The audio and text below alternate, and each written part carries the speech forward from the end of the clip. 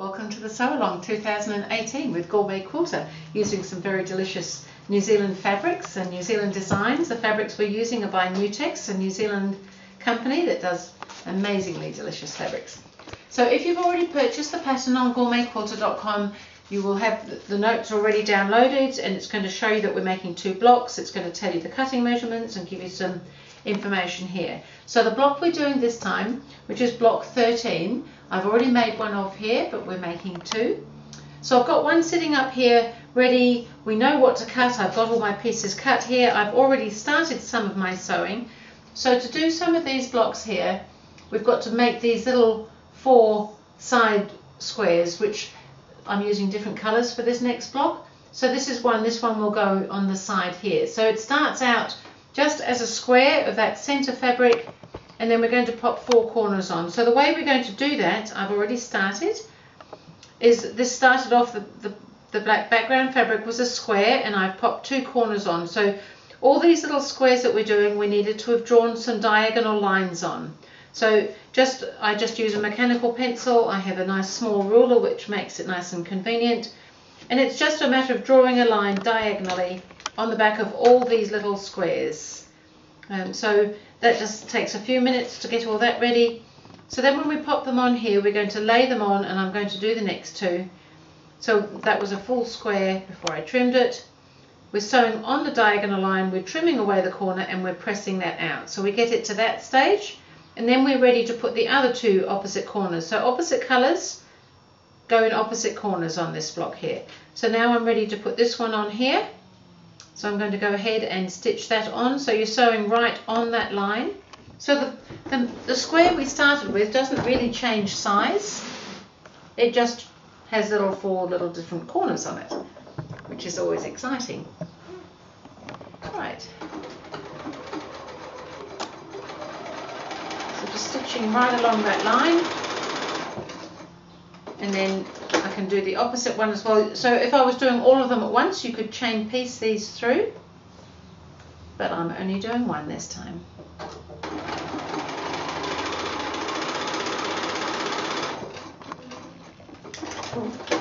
So it's as quick as that.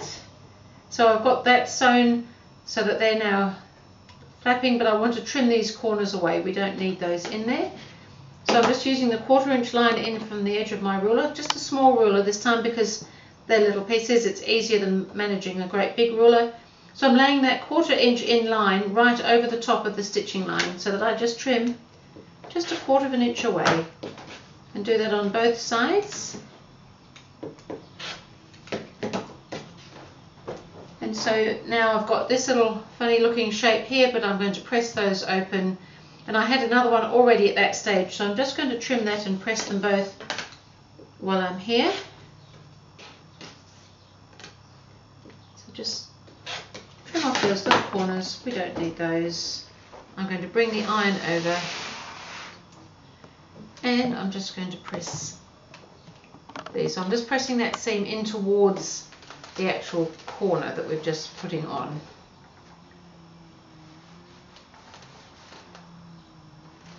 Do that on both of them,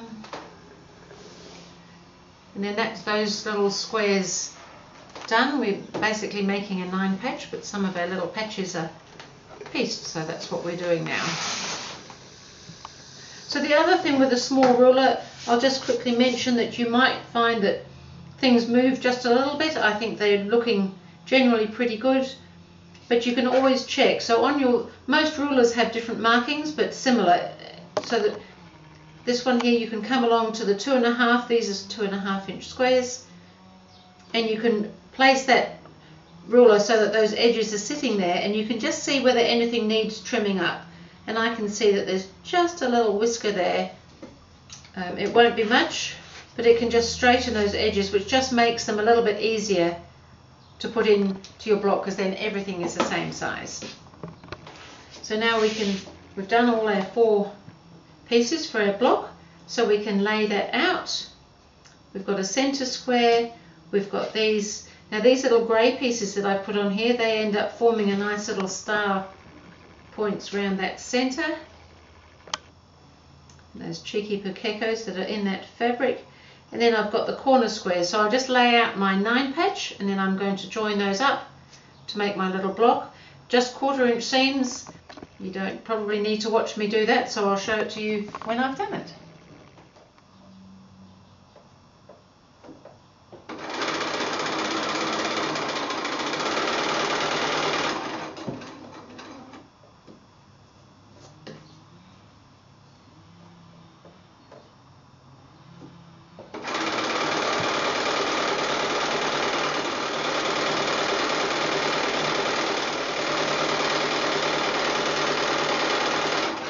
Put my rows together, I push these seams out, I push these ones in. In other words, I've alternated the way the seams go so that when I do these joining seams, everything alternates so that everything nestles together nicely.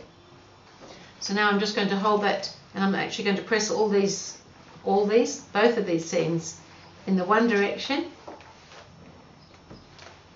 so that I can just flip that over and press that block.